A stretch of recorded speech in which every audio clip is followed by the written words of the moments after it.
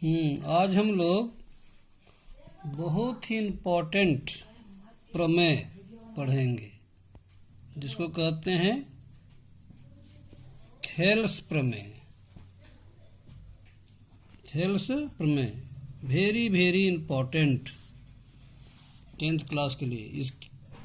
इस प्रश्न से आपकी भेंट कभी न कभी अवश्य होगी। क्वेश्चन क्या है? कहता है कि प्रमाणित करें कि यदि किसी त्रिभुज की एक भुजा के समांतर अन्य दो भुजाओं को भिन्न भिन्न बिंदुओं पर प्रतिच्छेद करने के लिए एक रेखा खींची जाए तो अन्य दो भुजाएं एक ही अनुपात में विभाजित हो जाती है। मतलब क्या है? हम लोग इस तरह का अगर क्वेश्चन आ जाए ना तो घबराने की बात नहीं है।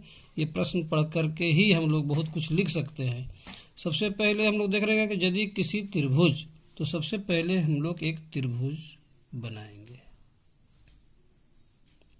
एक त्रिभुज बना देंगे और जब त्रिभुज बना ही दिए हैं तो इसका कुछ नाम भी दे देंगे ABC। तो किसी त्रिभुज ABC है, एक भुजा के समांतर, किसी एक भुजा के समांतर, चाहे AB के समांतर, चाहे AC के समांतर, चाहे BC के समांतर। तो BC के समांतर खींचने में सुविधा होगी, है ना? तो हम लोग BC के समांतर एक रेखा खींच देते हैं। एक रेखा खींच देते हैं, ठीक है। एक समांतर त्रिभुज की एक भुजा के समांतर, मतलब BC के समांतर एक रेखा खींच दिया।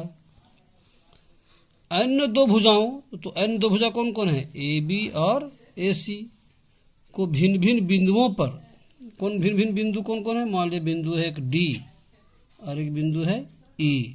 दो भिन्न भिन्न बिंदु है D और E पर प्रतिच्छेद कर रहा है D।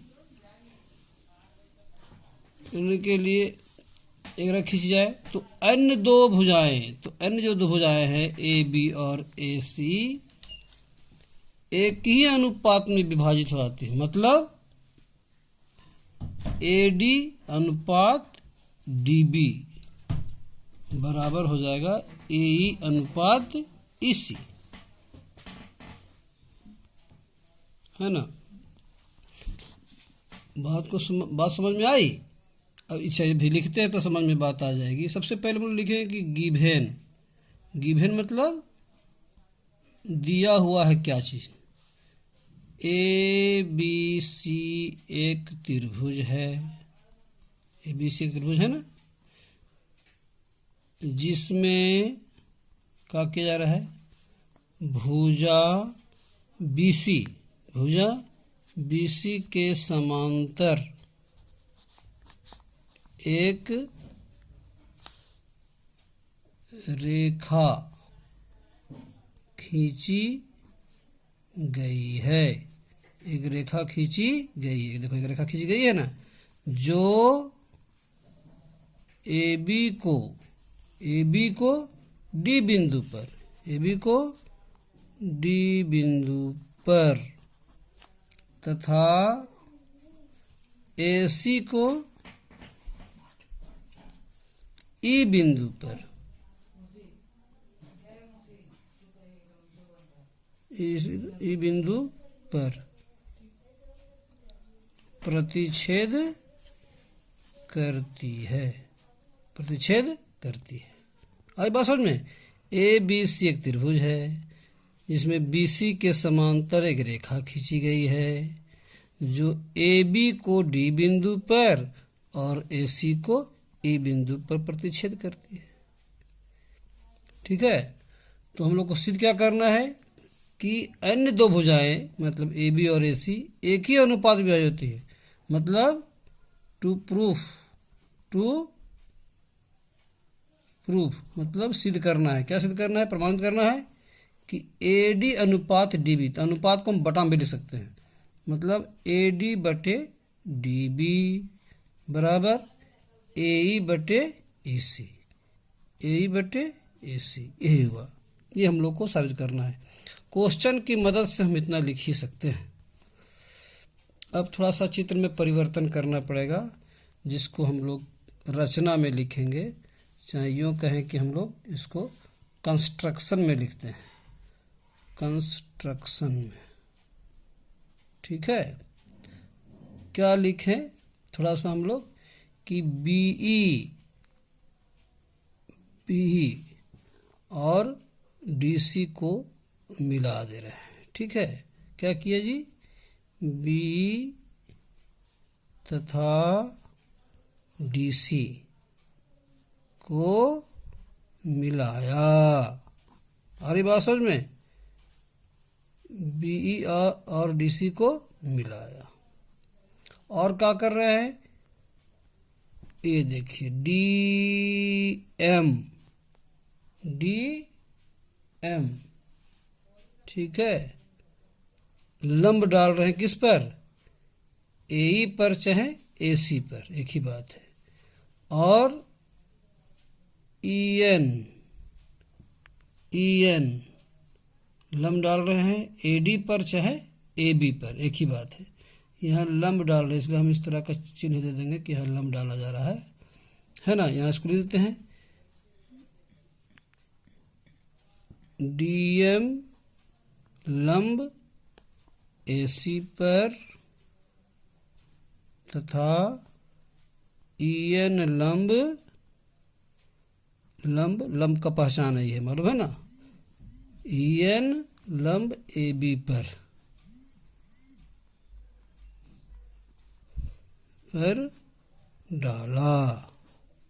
डाल दिए। अब देखिए, अब हम लोग प्रूफ देंगे, इसका प्रूफ सबूत देने जा रहे हैं। प्रूफ मतलब प्रमाण, सबूत, है ना। चूंकि त्रिभुज का क्षेत्रफल बराबर, हम लोग क्या सीखे हैं, 1/2 गुने आधार गुने ऊंचाई, सीखे पहले से भी हम लोग। इसलिए त्रिभुज ADE का क्षेत्रफल क्या होगा, त्रिभुज ADE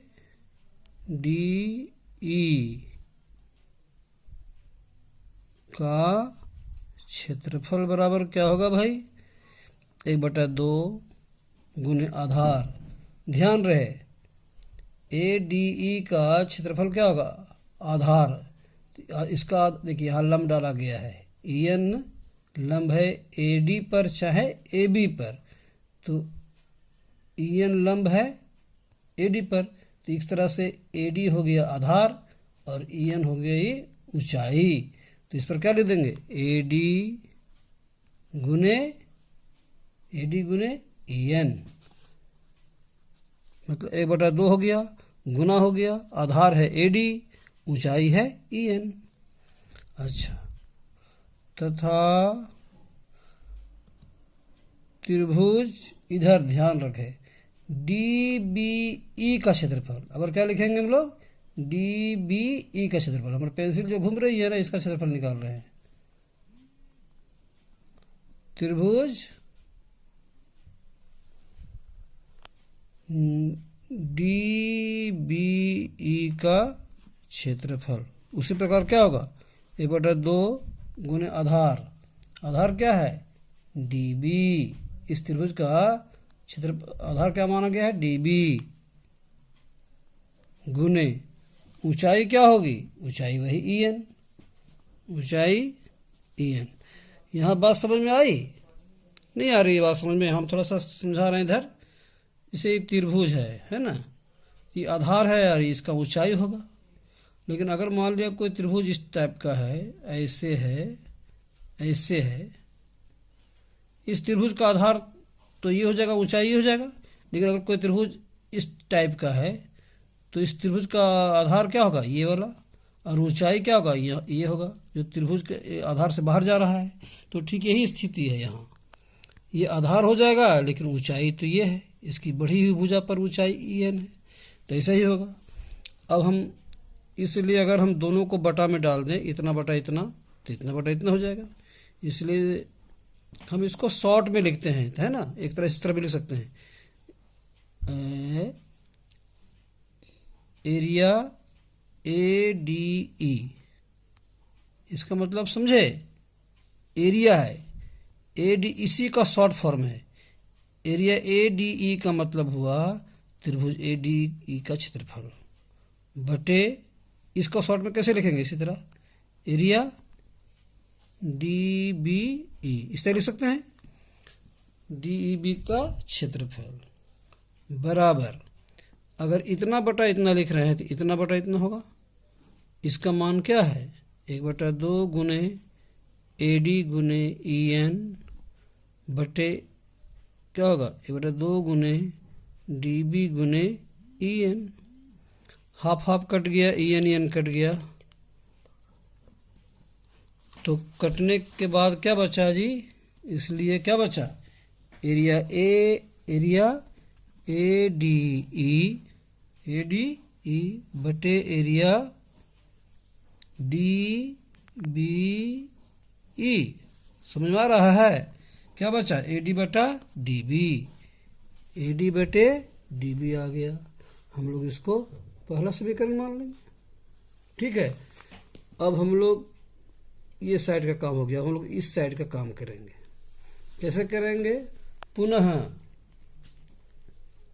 इसी प्रकार क्या कर रहे हैं, एरिया ये साइड का देखिए ADE, एरिया ADE बटे एरिया DEC, एरिया DEC बराबर क्या होगा, ठीक इसी प्रकार अब इस साइड करेंगे तो 1/2 गुने, अब आधार कौन है, ADE का आधार कौन है, AE, कौन है, AE, और ऊंचाई कौन है, DM, ये ध्यान रखना है, DM है कि नहीं है। अगर इस साइड से सोचा जाए तो ये आधार है और ये लंब डाला गया यानी ये ऊंचाई है, तो इस तरह ये होगा D, और ये साइड DEC का क्या होगा, DEC का आधार कौन होगा, DC, तो क्या होगा 1/2 गुने आधार, आधार कौन है, EC, और ऊंचाई फिर वही है DM। बात समझ में आई, यही बात यहाँ जो समझाए थे ना कि एक त्रिभुज है, ये आधार है और ये ऊंचाई है, लेकिन अगर कोई त्रिभुज ऐसे हो जाए एक त्रिभुज, तो आधार तो ये होगा लेकिन ऊंचाई तो ये होगी ना। तो उसी प्रकार DEC का आधार तो EC है लेकिन ऊंचाई DM है, तो वही लिखे हैं 2 गुने आधार EC गुने ऊंचाई DM।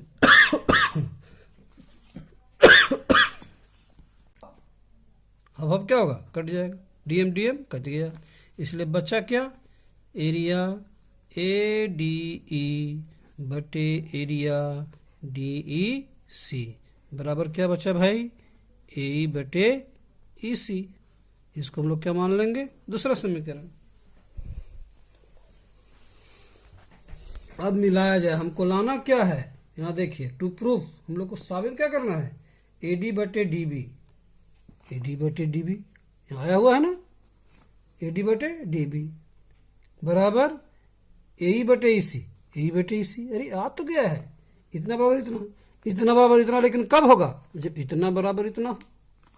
पहला समीकरण दूसरा समीकरण बराबर हो जाएगा, ये दोनों बराबर होंगे तभी तो ये दोनों बराबर होंगे, लेकिन यह मिलाई तो क्या बराबर है, एरिया ADE हाँ मिल जाता है, एरिया DBE लेकिन एरिया DEC है, ये तो बराबर नहीं है। लेकिन अगर DBE और DEC बराबर हो जाएं तो आराम से हम लोग लिख सकते हैं कि ये बराबर ये, तो ये बराबर ये लिख सकते हैं। तो क्या बराबर है, हम लोग जरा चित्र देखें, हाँ किसको किसको बराबर करना है हम लोग को, DBE ठीक है, और DEC, ये क्या दोनों त्रिभुज बराबर हो सकते हैं। हमारी पेंसिल जो घूम रही है कलम, DBE गौर कीजिए, DEC हम लोग 9th क्लास से पढ़े हैं, याद कीजिए कि अगर एक ही आधार और एक ही समांतर रेखाओं के मध्य अगर त्रिभुज बने हों तो ये त्रिभुज क्षेत्रफल में बराबर होते हैं। तो इस नियम के आधार पर ये दोनों त्रिभुज क्या होंगे, बराबर हो जाएंगे। तो हम लोग क्या लिख सकते हैं, चूंकि त्रिभुज DBE तथा त्रिभुज DEC एक ही आधार DE तथा एक ही समांतर रेखाएं कौन कौन, DE और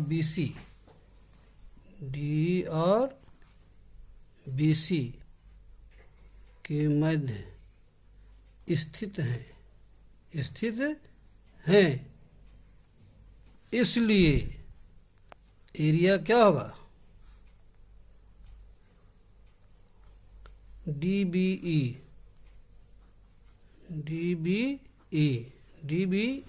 बराबर एरिया DEC। चूंकि नियम है कि एक ही आधार पर और एक ही समांतर रेखाओं के मध्य बने त्रिभुज क्षेत्रफल में बराबर होते हैं। तो देख रहे हैं कि ये दोनों त्रिभुज, ये त्रिभुज और ये त्रिभुज का आधार भी एक ही है और एक ही समांतर रेखाओं के मध्य में बने हुए हैं, इसलिए ये और ये बराबर हो गया। अतः हम लोग 1 और 2 से क्या लिख सकते हैं कि AD/DB। अब ये दोनों बराबर हो गया, ये और ये बराबर हो गया, तो ये पूरा हो गया, तो लिख सकते हैं। अतः 1 और 2 से क्या लिख सकते हैं, AD/DB बराबर AE/AC। ये आपका प्रमाणित हो गया, प्रूव्ड। जिसको 1-2 बार देखें, बार बार लिखें आप लोग और समझने का प्रयास करें, हो जाएगा, आसान है। 1-2 बार लिखना पड़ेगा, इसके बाद ठीक हो जाएगा। बहुत ही इम्पोर्टेंट है, इसको 2-3 बार इसको लिखें और समझें। ठीक है।